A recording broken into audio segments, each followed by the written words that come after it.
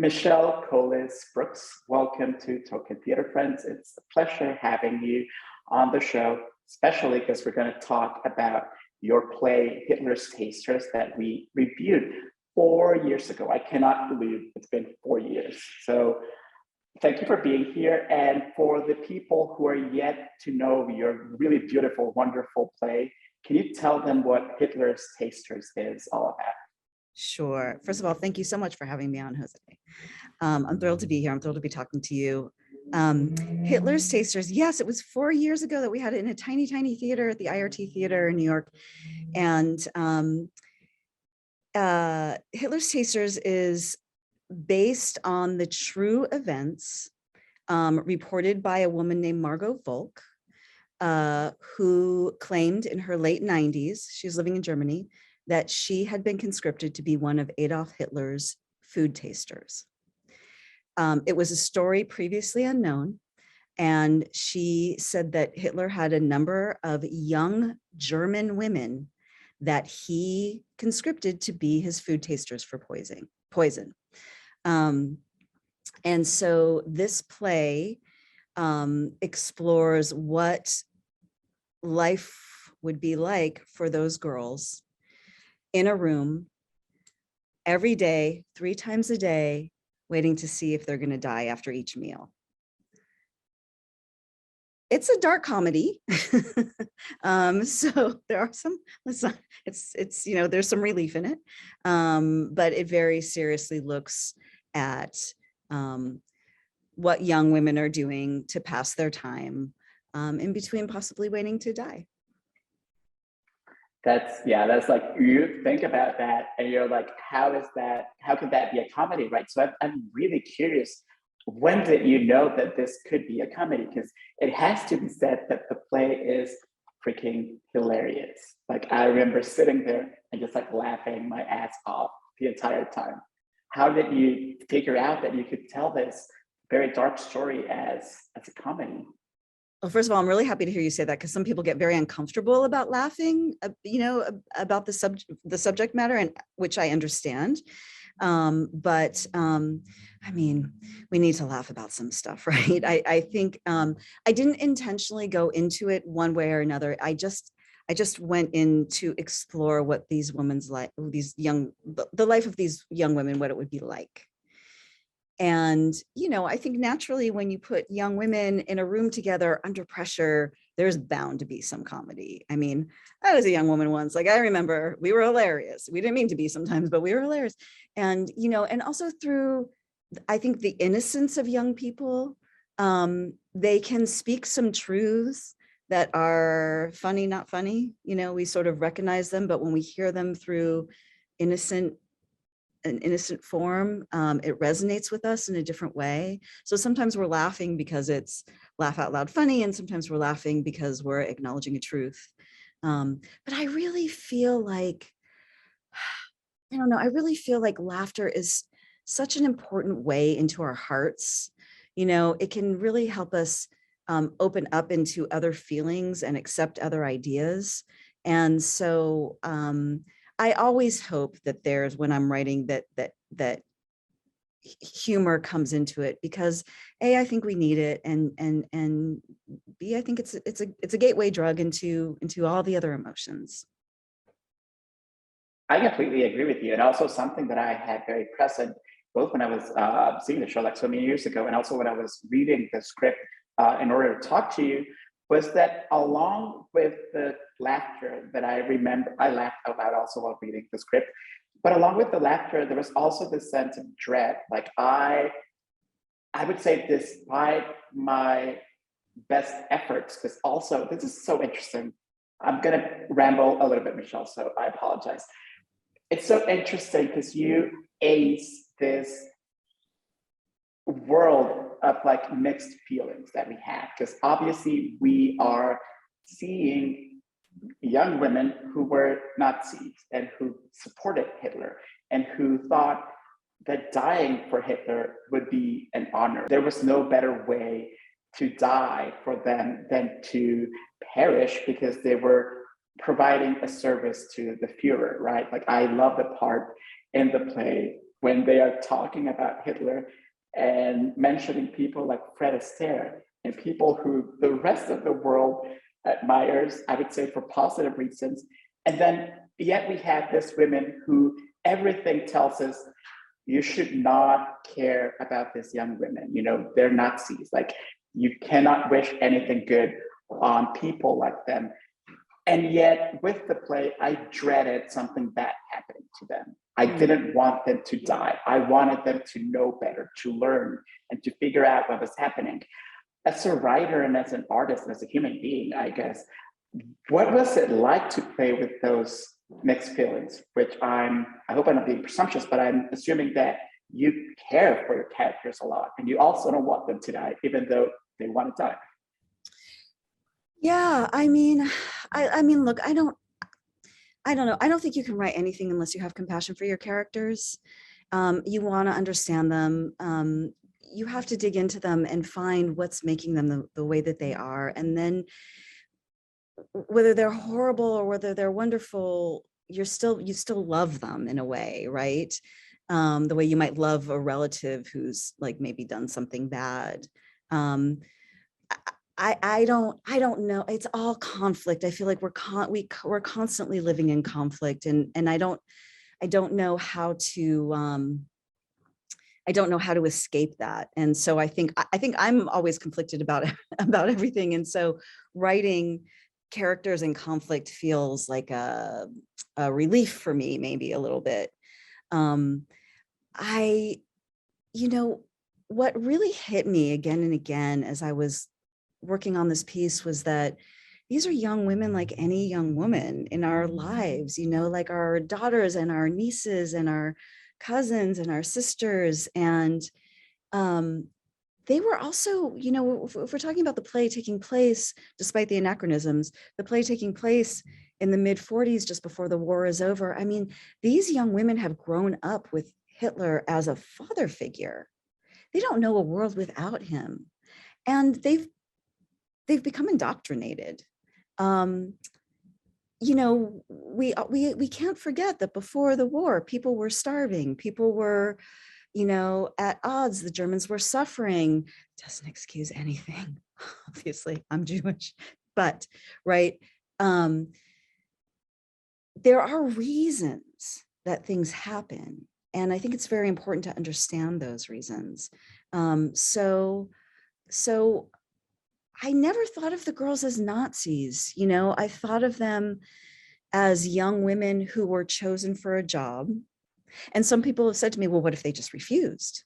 What if they just refused to taste Hitler's food? And I was like, I mean, I feel like if Hitler tells you to eat your peas, you eat your peas. I'm not sure that you have a choice, right? I'm not sure. I don't think that any of us know what we're going to do in times of crisis. It's very easy to assume that we would rebel or we would be part of the Underground Railroad. But I think it's easy to say, but we can't, I don't think we can judge them. We have to understand them, especially because they're young.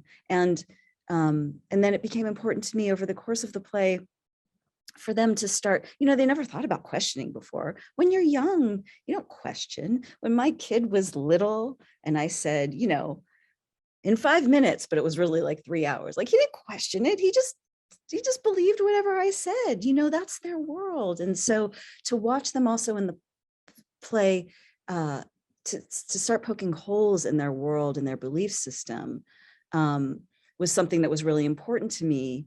And it actually pained me in a way to have to poke holes in their belief system, because once those puppet strings are cut, there's no getting back up. You touched on something that I feel like we could perfectly go into like a philosophical existential rabbit hole if we talk too much about this, but you have touched on what I think in so many ways is kind of, I would say, like the worst of the times that we're living in, which is that there's no room, there's no interest, there's no space in the grays anymore. Everything's binary, black or white. You're either an apologist or you're against something. You're either pro something or hate it with all your guts. And something that's really beautiful about Hitler's Tasters is precisely that it's although it's a very bright, beautiful show, it's a show that completely exists in the grays. So I was hoping, if you don't mind, can we talk a little bit about the reaction when the play first ran in New York? Because I don't think I remember any coverage that was to like pearl clutching, or any coverage that was like, yeah, this play about, German Nazi young girls can't happen. But I wonder what the conversation was like on your end. Obviously, as you're closer to the play than I am. So what were some reactions that people had that maybe surprised you, things that you weren't thinking about that people brought up about the play? Did someone, for instance, tell you, why did you write this play? Yeah. Yeah. It's interesting. We have gotten some pushback. A lot of people don't like the H word, and I understand, right? I understand. I'm not crazy about it myself.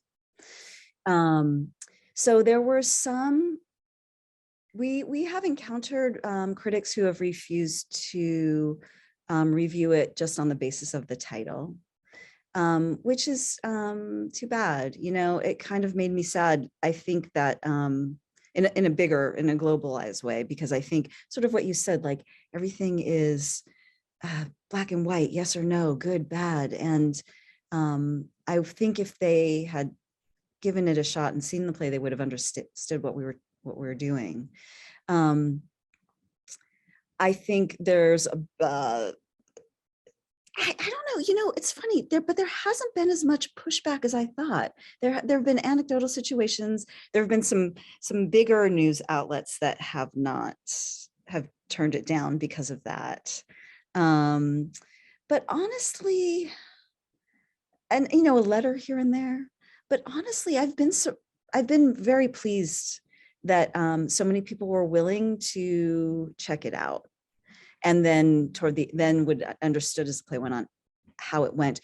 We did a really substantial run in Skokie, which, as you know, was outside of Chicago, which is where the big, I can't remember the year, but there was the big, well, first of all, there's a huge Jewish population, post-Holocaust, people settled there. And then there was the big, neo-Nazi march there and all of that. And so I was really nervous about playing there because I thought, quite frankly, like older people sometimes know their Hitler a certain way. World War II, there's no messing with time.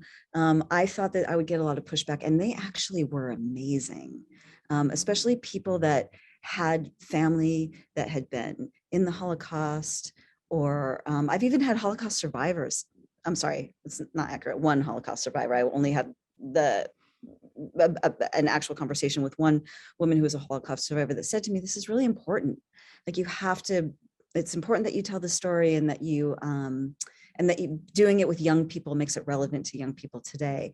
So that actually has been a surprise. I was worried that people would be more knee-jerk in general.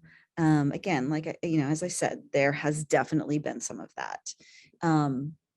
But the openness has been surprising to me. And gosh, what else? There was a theater. When we were first in New York, we were supposed to then move for a very short run to a theater in Connecticut that was actually supposed to bring in middle schoolers and use the play as a conversation about, to reintroduce them to World War II. And I was actually going to fly back in from LA and have a conversation with the kids. And then they canceled it because they said it was too close to the midterms. Yeah.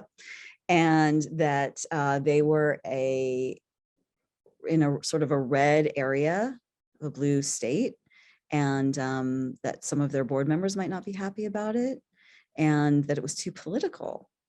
And I was like, but it's Hitler, right? Like, it's hard to kind of wrap your head around all of that. I mean, obviously, we have some contemporary references, the anachronisms. So there are conclusions to be drawn, but in the end, we're talking about Hitler. So that one was a shocker.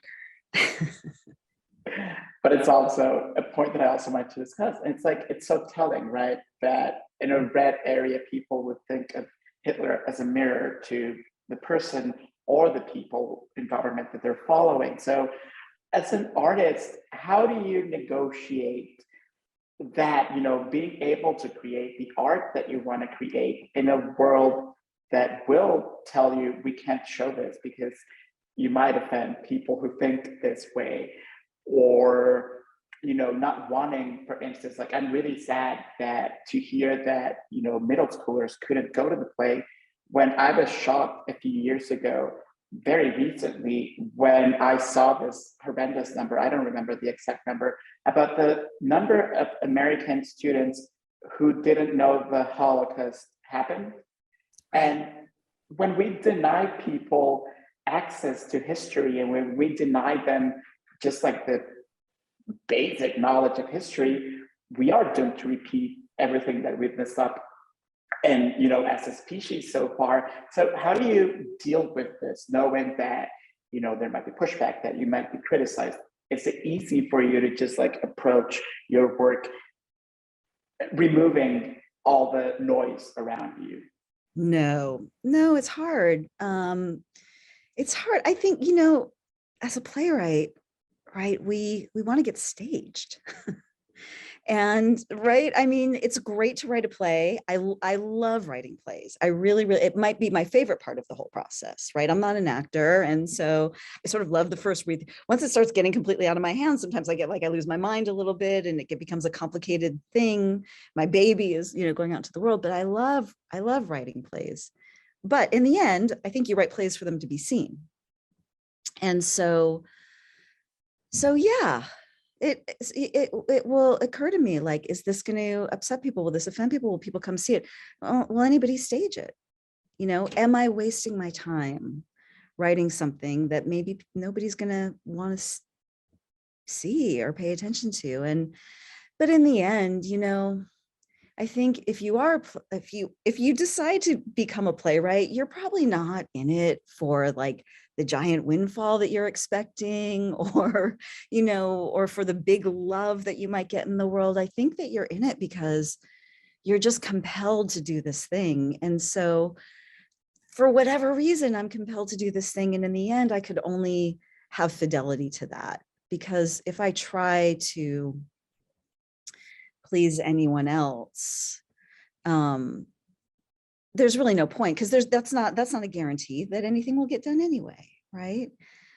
So there's no guarantees. So I feel like I might as well just follow my heart and just put it out there and be relentless and deal with the rejections and deal with the pushback and hope for the best. And then every once in a while you get somebody like Sarah Norris at the New Light Theater Project, who saw it and grabbed it and took it to the next level and put all these wonderful pieces and elevated it. And these actors that then they elevated it. And then I got to write some more stuff, because when I saw what they were doing, I got to improve it. And then they moved from there. And so every once in a while you get lucky, and it's, worked out okay. I mean, hopefully people will come see it. Like, we're always just hoping, but in the end, I just think there's no guarantee. So you might as well follow what your heart and your soul are telling you to do. I mean, there must be a reason. I heard this story, and it was like it just like fell from the sky and inhabited me. And I knew as soon as I heard it, I knew it was something for me.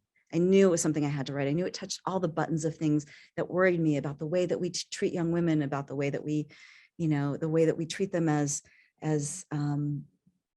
dispensable. We build them up, we tear them down, we use them up. The way that we, just so many things, and what was happening politically in the world, what's still happening politically in the world. I mean, I'm sorry, I'm going off, but like, there are just a couple of articles about Vladimir Putin and his food tasters. The man has food tasters. There is a playbook for these guys, right? We can't ignore it. We have to say something. We have to scream about it. There's a lot of things to scream about right now, but but there are some really big things happening that are scary right now. And so I don't know, I guess you just have to say it and hope that somebody somewhere will hear it and it will be meaningful to them. Right. Again, things that keep repeating themselves, which is the terrifying part of what your play, showcases so well. I want to talk to you about your beginnings as an artist and as a writer. When did you know that writing was your calling? In 7th grade, I had a really, really mean teacher named Mrs. Jackson. I'm fairly certain she's no longer with us, so I can name her. And she was really mean. But I wrote a story once and she read it to the class. And then she looked at me and she said, "You're going to be a writer one day." And then Mrs. Jackson was my favorite person in the whole world.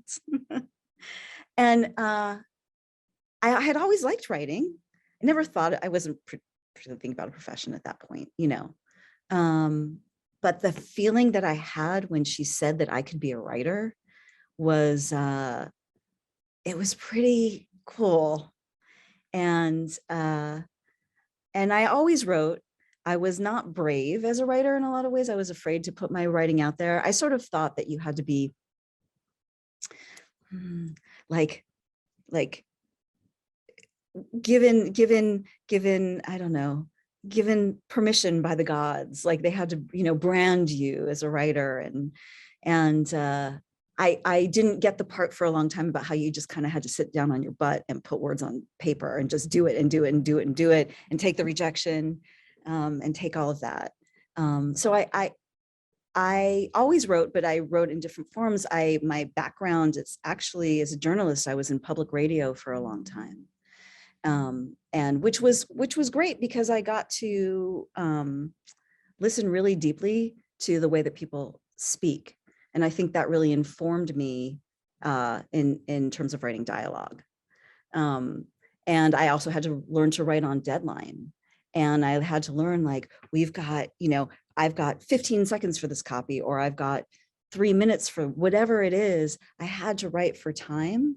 So I really learned how to discard what was unnecessary. I think it was great training. And then at some point, I just started writing, and I was writing fiction and stuff, but I wasn't putting it out there that much. And then I wrote a play and I sent it somewhere and somebody did a reading of it. And I'll just never forget that feeling of being in the theater for the first time. And I didn't know if I wanted to dance or throw up, it was just there was just so many feelings. And I just didn't, all I knew is I was feeling so much. And I liked that it just wasn't as safe. And then I was also, so at the time I was producing a public radio, a national public radio program that was about travel.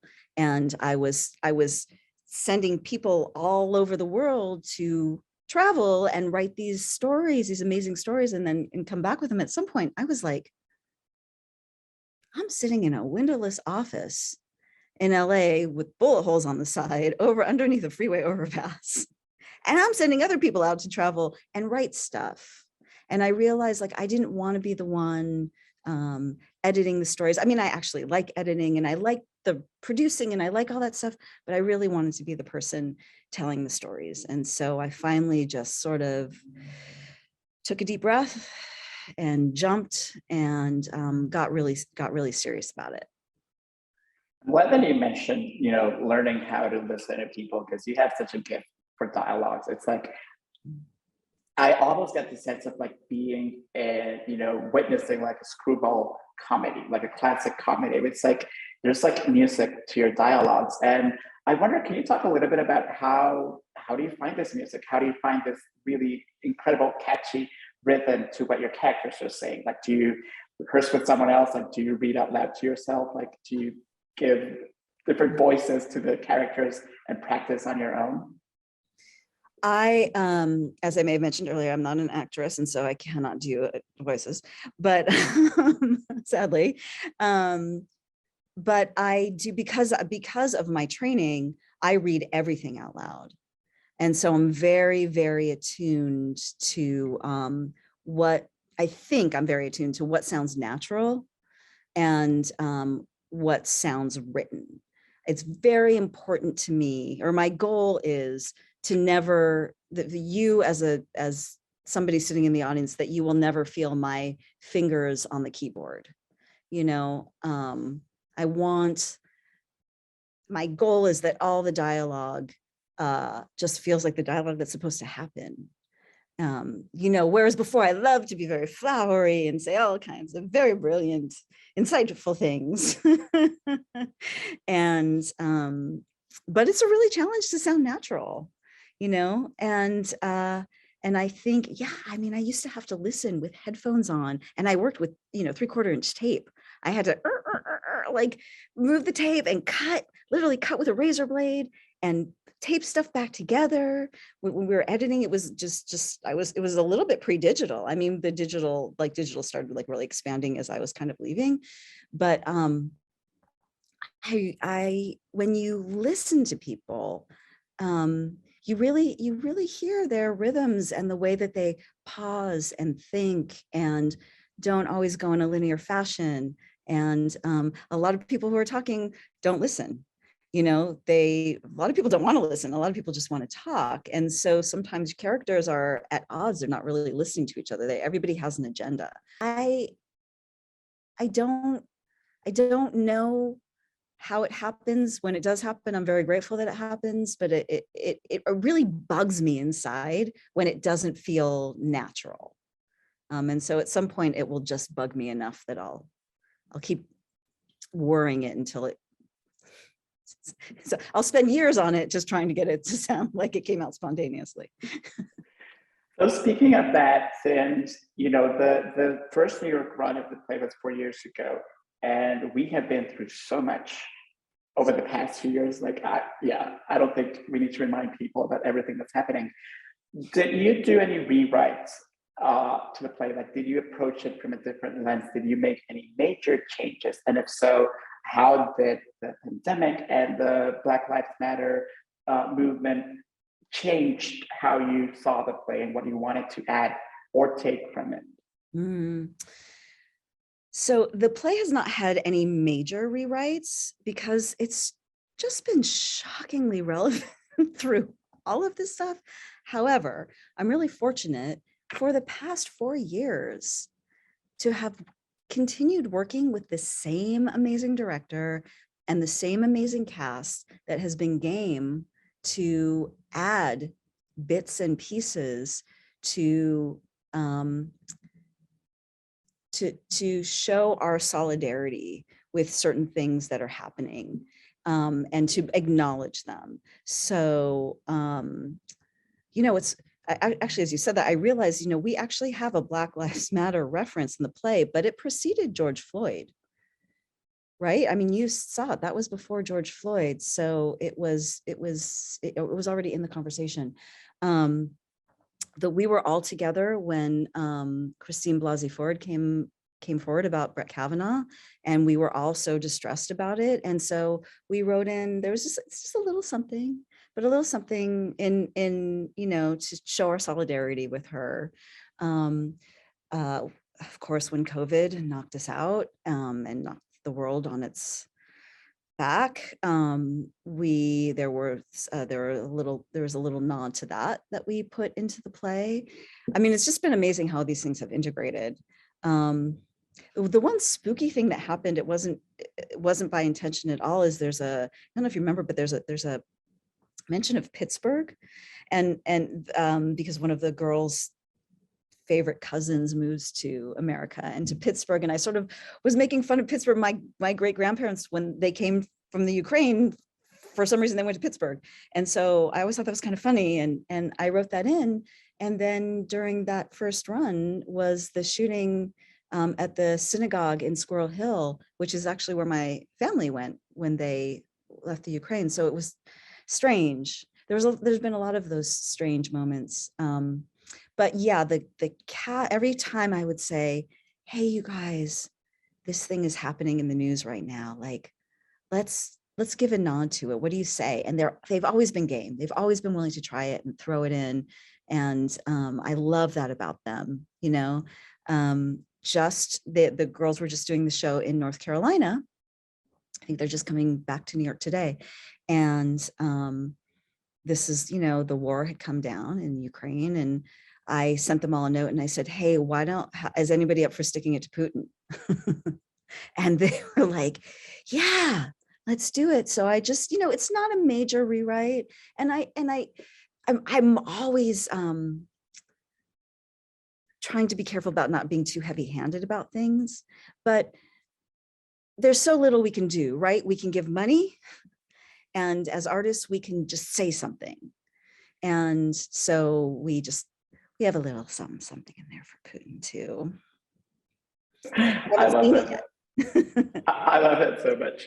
I want to talk about the fact that obviously, you know, Hitler's Tasters is not the only time where you've used history and facts to write plays. Like, you've done it also when you touched on the hostage crisis in Iran, and you've also done work with veterans and people who have been, you know, sent to fight in other places in the United States.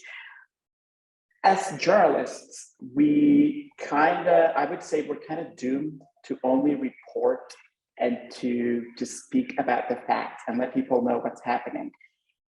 However, as artists, you are able to create a space, even like a different world. You're able to create worlds that are in so much ways better than ours while reflecting what's happening.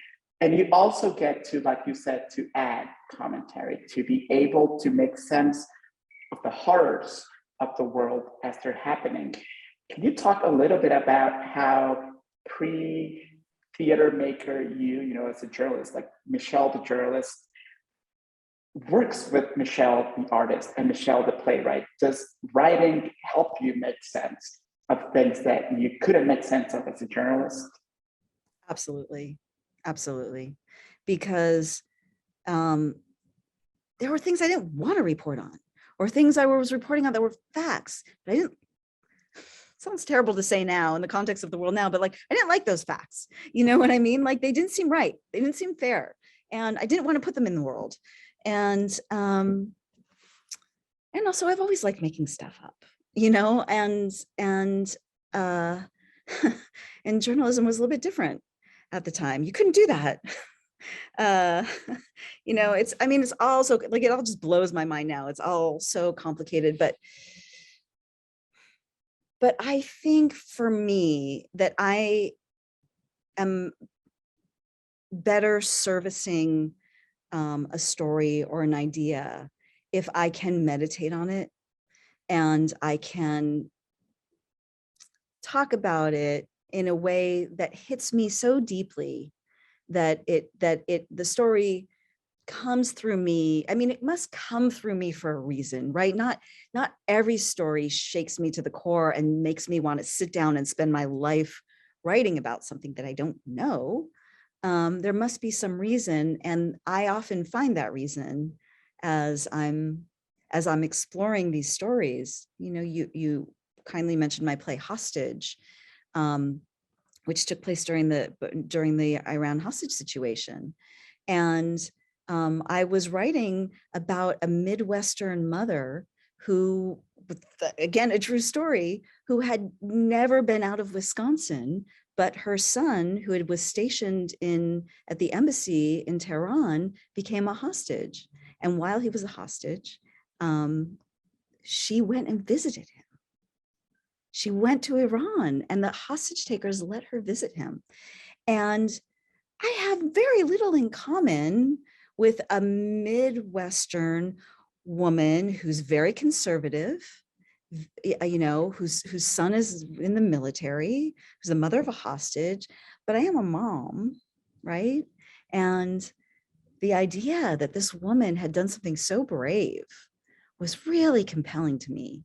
And so I I just really started nerding out on the Iran hostage crisis. I mean, really, I had no idea how fascinating it was. I remembered it from really, really young, but I really became a student of it. And so it was just interesting, just hearing about this one woman opened up this entire universe to me, but it touched on the universe that I'm always kind of interested in the end, which is, we other people, like the other, right? And I, as with the military, my military piece, like I didn't know anybody in the military. So I was like, what is that? I want to get to know that. I want to understand that. And always trying to, I don't know, I guess maybe I'm just very idealistic, but just trying to find those bridges, just trying to find that commonality, because it's so easy to other people. And it ends, as in the story of Htlers, it's dangerous. It's really dangerous. I'm glad that you spoke about yourself as someone who nerds out, because I really want to talk to you about research. I'm sure there's I can tell Michelle's a researcher. And can we talk a little bit about what surprised you the most, maybe, about, because I remember when I saw the play, when I was reading the play, thinking about the food that someone like Hitler or someone like Putin will get served, right? Like, we're not talking about like a bagel, we're talking about toast and butter, we're not talking about a sandwich, we're talking about this elaborate meals that they still have to have someone taste because they're so terrified that someone's going to try to kill them. So in terms of the research, even about just the menus themselves, which are wild, what were some of the things that surprised you about the context and everything that was happening that surrounds, the facts that surround Hitler's tasters? Yes, with the food. Well, I had known that Hitler was a vegetarian, but one thing that was very interesting to me, well, first of all, apparently he also appreciated a little pigeon from time to time. But I can't, I didn't write about the pigeon so much. But it really made me laugh in the context of the girls, because I thought, oh, they, the one upside is, they're probably, they didn't have a lot of food, we're toward the end of the war. So having this job was a mixed bag, but if they didn't die, they were at least going to be nourished, right? But then all they get, like, they don't even get meat, right? They get, so he's a vegetarian. So I just thought that was completely right for comedy, because like, are you freaking kidding me? I'm going to die for, I'm going to die for Brussels sprouts. I mean, doesn't seem on par. And then also I read that he didn't like to eat. He had a lot of stomach problems, a lot of gastro stuff, a lot of, digestion. And he didn't like to eat his meals with the men in his command or any of his advisors. He liked to eat with his secretaries. Or now I don't think he actually ever ate with the girls who are the tasters, but I sort of thought it was interesting that he wanted to sit with his secretaries and eat with them and not talk about the war or battle. I think it was probably the only time that he wasn't, in order to aid his digestion. It's funny, right? When you break down these giant people, you break them down, and their stomachs and their neuroses and their misfires, they're just all these strange pieces. They're not just these giants. And it's really interesting to investigate them and see and find these pieces of them that, aren't sort of common knowledge.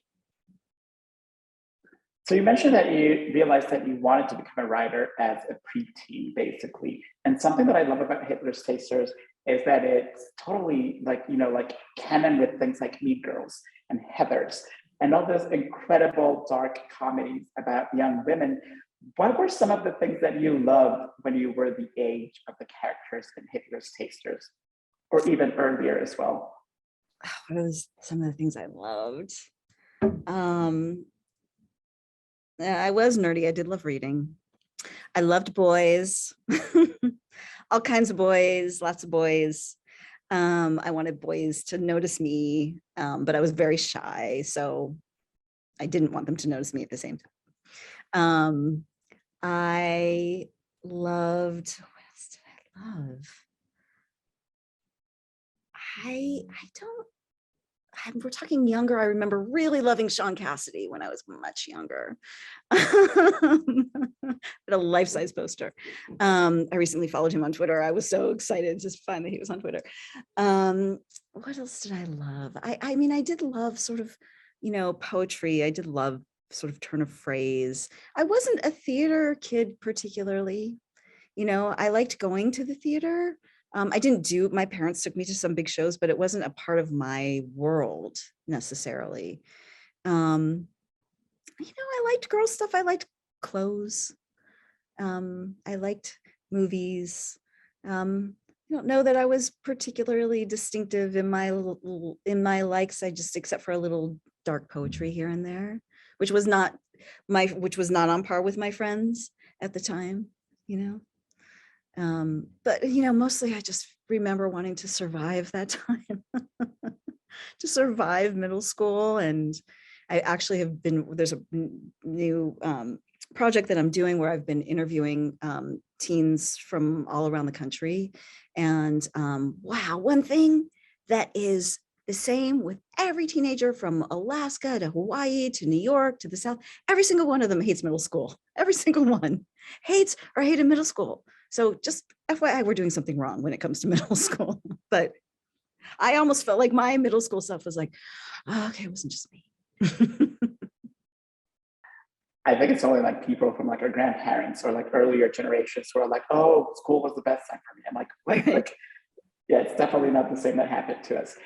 What would you tell young women, thinking about like you in the 7th grade, what would you tell young women who maybe don't know that they want to be writers yet? Like how would you invite them to join? I mean, I'm a writer as well. Like I think we have the best job in the world, but what would you tell them to take that leap and try writing something? I feel like if you're compelled to be a writer, I mean, you're a writer, you have to do the work, I would first off say, it's a weird thing to be a writer, right? I mean, you sit by yourself, you got voices in your head, it's a lot of work. You worry about this word and that word. I don't know about you, but I pace and talk to myself. I seem like a crazy person, and then you put it out in the world and most of it is rejection. And then even if you're a playwright and even if a theater will take it, on the off chance that happens, right, then the audience may not like it, or maybe the audience likes it and one critic doesn't like it and that's the end of you. So I would say that if you want to be a writer, then you must really want to be a writer, because it's not a safe, easy path. And then the next thing I would say is, if you want to be a writer, you have to sit in your chair and write, or you have to pick up, a recording device and record, but you have to put words on something. You can't get nothing from nothing. It's a lot of drudgery, it's not glamorous. But when you have those moments where you catch the right word, or you're given a story somehow from the universe that speaks to you and you get to say something, or you're in the audience and somebody laughs at something that's important to you or meaningful to you, I don't think there's anything better. I haven't found anything, with the exception of my son, of course, but but like, as it's so fulfilling, and it's momentary. And then the rest of it is a lot of hard work. So you have to be willing to do the hard work. Michelle Kholos Brooks, thank you so much. It has been a true pleasure talking to you. And before we go, would you please kindly remind our viewers and our listeners where they can go see and experience Htlers Tasters, which in my very humble opinion is one of the most vibrant, hilarious, thought-provoking plays I have ever seen, truly. Thank you. Thank you. Yes, I would be happy to tell you. Htlers Tasters is previews start April 14th, and it is running through May 21st. And it's going to be at Theater Row, at the beautiful renovated Theater Row. Wonderful. I love it so much. I would say also, if you have a young woman in your life, your granddaughter, your daughter, your niece, your friend, your neighbor's daughter, please take them to the show. It's a show that's really made for young women to enjoy, I think. So don't deny them the opportunity of experiencing this. It's truly mind-blowing and just great work all around. So thank you, Michelle. Break a leg with the project. I hope it runs forever. Thank you, Jose. I appreciate it so much.